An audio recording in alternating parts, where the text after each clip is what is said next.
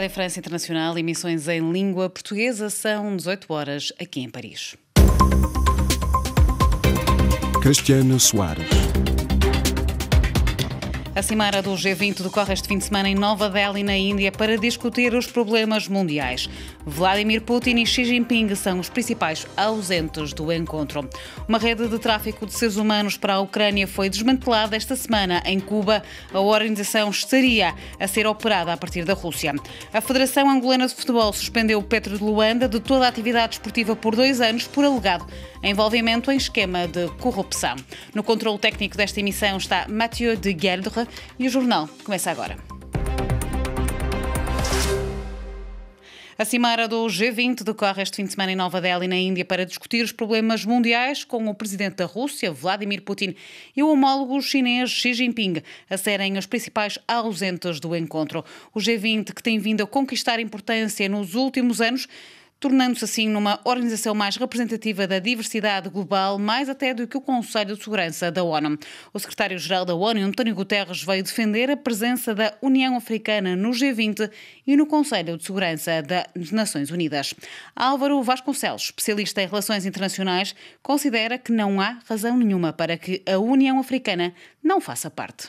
Acho que esse é o objetivo, que a União Africana faça parte do G20 e que o G20 passe a ser o G21. Lembremos que a União Europeia faz parte do G20. O G20 são 19 Estados mais a União Europeia. Não há razão nenhuma para que a União Africana não faça parte. Mas está a ver, estamos a passar do multilateralismo assente em regras das Nações Unidas para um multilateralismo com muito menos regras, porque a União Africana junta-se ao G20. O G20 começa a corresponder cada vez mais às Nações Unidas, mas tem que tenha a base de sustentação no multilateralismo com regras que têm as Nações Unidas. Também a União Europeia defende que a União Africana deve ser membro permanente do G20. Apesar de ainda não haver um consenso sobre este tema, o presidente do Conselho Europeu, Charles Michel, sublinhou que a União Europeia apoia a adesão da União Africana ao G20. Palavras de Charles Michel numa conferência de imprensa em Nova Delhi, onde vai decorrer este fim de semana a cimeira do G20 sob a presidência da Índia. O representante europeu ressalvou, porém, que considera difícil que os líderes mundiais cheguem a um consenso sobre a declaração final da reunião, uma vez que o grupo está a atravessar um momento crítico para o multilateralismo, com a guerra na Ucrânia em pano de fundo. E a Ucrânia, precisamente, a Rússia denunciou nesta quinta-feira a suposta desumanidade dos Estados Unidos, em causa o anúncio do secretário de Estado, Antony Blinken, da atribuição à Ucrânia de urânio empobrecido. O major-general português reformado, Carlos Branco, explica-nos os efeitos destas munições, nomeadamente consequências oncológicas. Portanto, estas poeiras tóxicas podem ser inaladas, mas depois provocam também a contaminação do terreno e isso depois tem consequências no ciclo alimentar. E há estudos feitos, os locais onde essas munições foram empregues, existe um aumento de doenças oncológicas. Exatamente.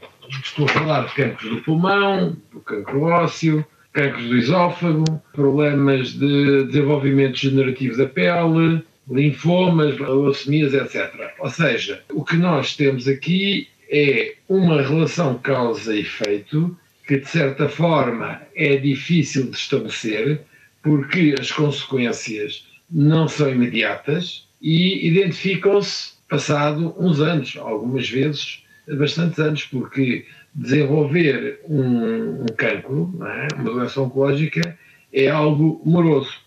As palavras de Carlos Branco, major-general reformado português, aqui entrevistado por Miguel Martins. Uma rede de tráfico de seres humanos para a Ucrânia foi desmantelada esta semana em Cuba. A organização estaria a ser operada a partir da Rússia. Catarina Falcão. Pelo menos 17 pessoas foram detidas em Cuba por estarem implicadas numa rede de tráfico de pessoas que levava homens deste país da América Central para a Ucrânia de forma a combaterem nas fileiras russas. Esta informação foi divulgada pelo Ministério do Interior cubano, que crê que esta rede era operada a partir da Rússia e visava integrar cidadãos cubanos nos combates na Ucrânia. Por enquanto ainda não se conhece a nacionalidade dos detidos, mas estes serão acusados não só de tráfico de seres humanos, mas também atos hostis a partir de um país estrangeiro, o que pode levar levar a penas de prisão que vão de 30 anos até à pena de morte. Um pai de 2 jovens recrutados por esta célula ligada a Moscovo apareceu na televisão cubana e descreveu que um dos seus filhos conseguiu sair da ilha em julho e o outro está detido pelas autoridades. Vários meios de comunicação americanos tinham já divulgado que pelo menos 2 jovens cubanos de 19 anos tinham sido recrutados através das redes sociais. Estes jovens seriam aliciados com trabalhos na construção civil na Ucrânia e quando chegaram ao território foram integrados nas Forças Armadas russas que levam a cabo a ocupação do país. Já outros cubanos dizem ter ido para a Ucrânia sabendo que iam combater ao lado dos russos. Em Cabo Verde, o primeiro programa de modernização dos aeroportos a cargo da Vinci Airports deve chegar a 80 milhões de euros e as obras estão prestes a arrancar. Odair Santos. 45 dias depois de assumir a gestão dos aeroportos cabo-verdianos, o diretor-geral da Vinci Concession e presidente da Vinci Aeroportos, Nicolas Notebaert, veio a Cabo Verde garantir que com a concessão o grupo francês Vinci já pagou ao Estado cabo-verdiano 35 milhões de euros de um pacote inicial de 80 milhões, cujo remanescente será pago nos próximos meses, e reafirmou que a Vinci quer modernizar os aeroportos do arquipélago. A primeira medida é desde logo a transferência financeira que fizemos ao Governo e depois o lançamento do primeiro programa de modernização dos aeroportos de Cabo Verde. São entre 75 e 80 milhões de euros de obras no conjunto dos aeroportos envolvidos, que são investimentos de segurança muito importantes para o tráfego, de adequação ambiental, nomeadamente o tratamento da água e o tratamento para se obter energia verde.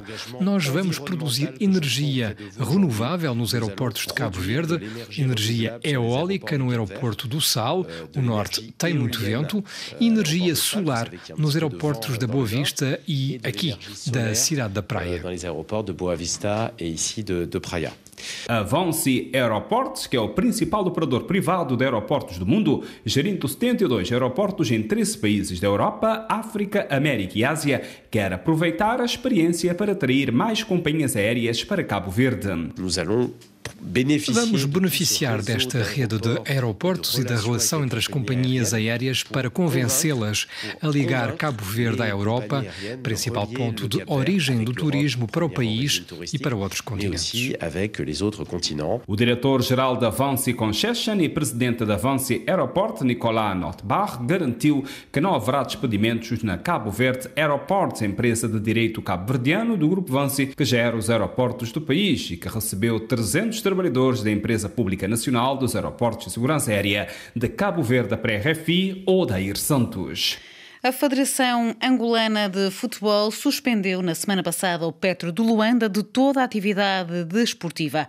E isto por 2 anos por alegado envolvimento em esquemas de corrupção. Lígia Anjos. Em causa está um áudio divulgado nas redes sociais no qual o jogador do Petro de Luanda, Márcio Luvambo, confirma que o emblema que representa pagou 3 milhões de kwanzas à Académica do Lubito para vencer o 1º de agosto num jogo da Taça de Angola, na época passada.